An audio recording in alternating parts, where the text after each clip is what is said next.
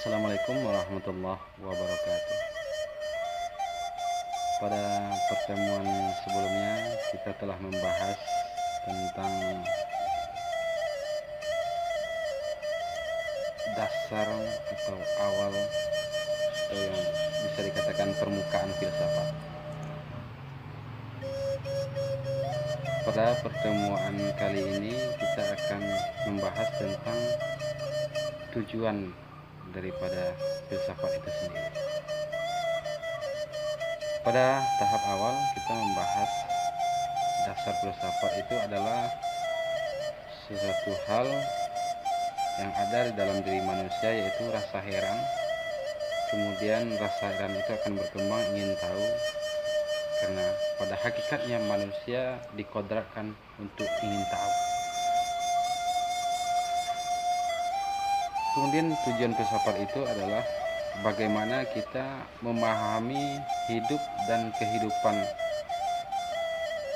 manusia, alam, dan seluruh isinya. Karena dalam kehidupan setiap saat penuh dengan berbagai macam kejadian, peristiwa, dan lain sebagainya. Untuk memahami kesemuanya itu dibutuhkan pemikiran, pemahaman yang mendalam, sehingga dengan pemikiran, pengetahuan, dan pemahaman yang mendalam kita dapat memahami hidup ini dengan mudah dan gampang. Saya akan mengangkat konsep-konsep filsafat yang bersumber dari sebuah kebudayaan yang ada di Minangkabau,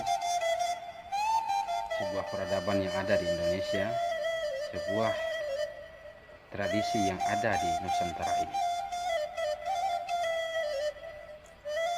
yaitu peradaban Minangkabau yang memiliki konsep dan dasar filsafat mereka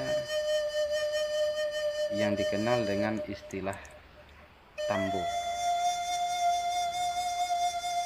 Pada hakikatnya Tambo, di mana selama ini kebanyakan orang memandang Tambo itu menceritakan tentang asal muasal kehidupan atau kebudayaan atau peradaban manusia di Minangkabau.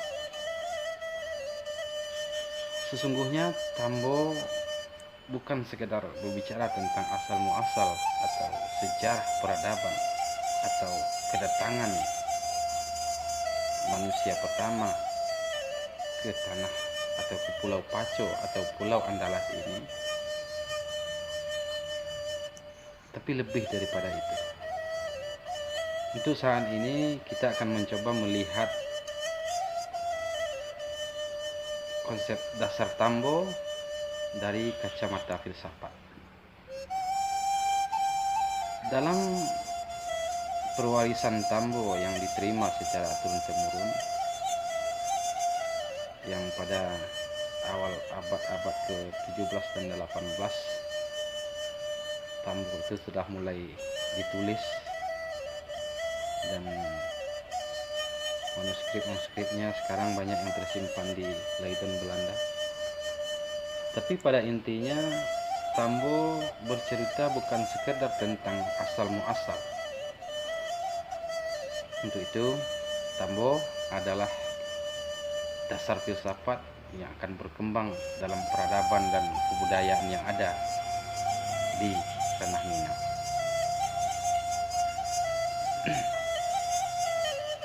Yang pertama, di dalam Tambo diceritakan dalam tuturan bahasa Minangkabau, asa muasa orang Minang kalau dikaji di dalam si Tambo Lamo, nambah rasa dari bangsa Rum kemudian pindah ke Rumjani.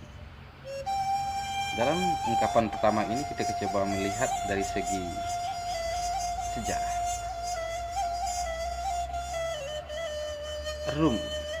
Rum yang dimaksud adalah salah satu peradaban yang termasuk peradaban awal yang ada di dunia ini, yaitu yang lebih dikenal dengan istilah Babylon atau Babil atau Babilonia yang dikenal dengan Rum Barat maupun Rum Timur.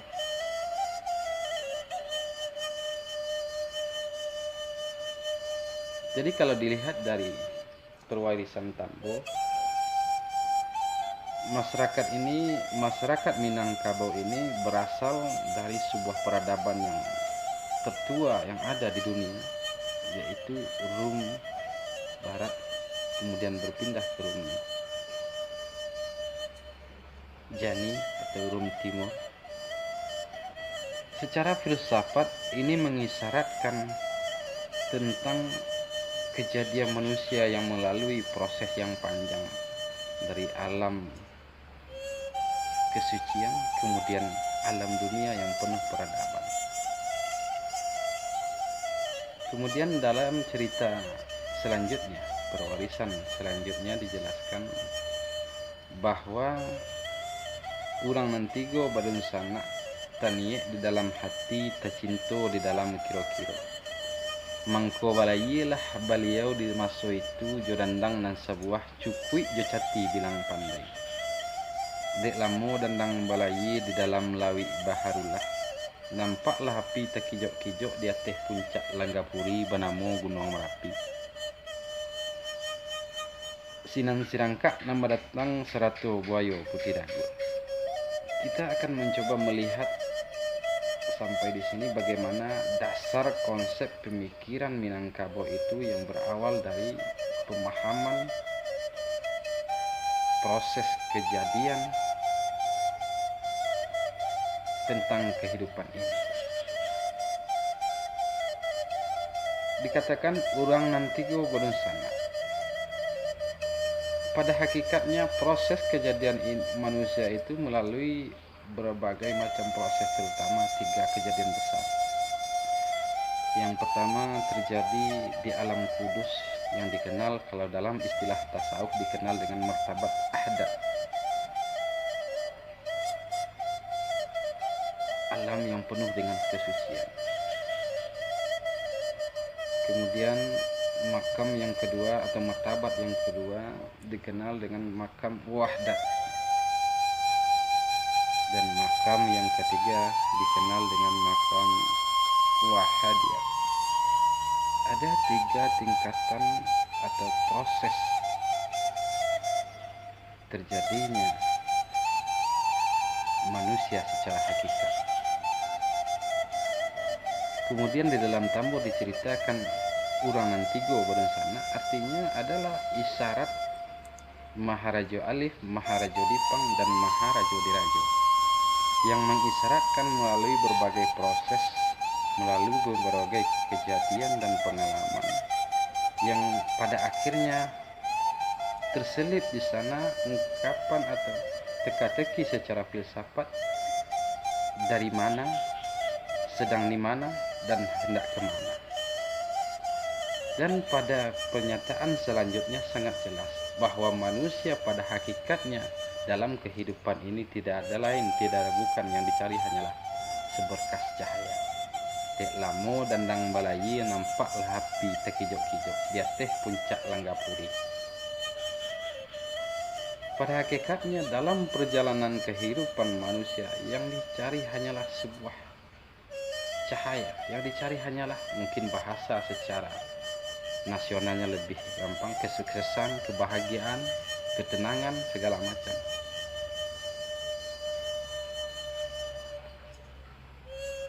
Ini kalau dilihat sekilas tentang Tambo dari sudut filsafat. Masyarakat Minangkabau tempo dulu telah memiliki konsep, telah memiliki dasar-dasar pemikiran yang matang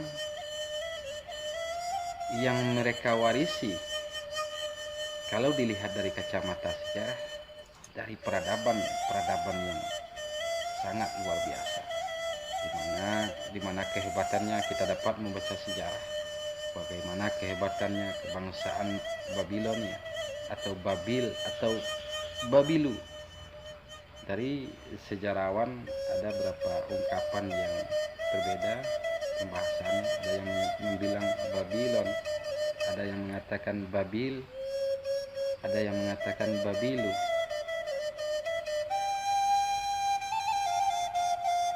Jadi kalau kita mau melihat dan mau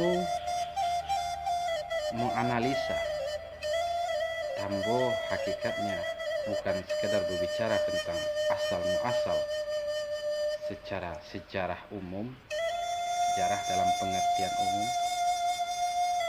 tapi Tambo lebih daripada itu. Tambo hakikatnya berbicara tentang asal muasal kejadian manusia, asal muasal peradaban, dan lain sebagainya. Mudah-mudahan dalam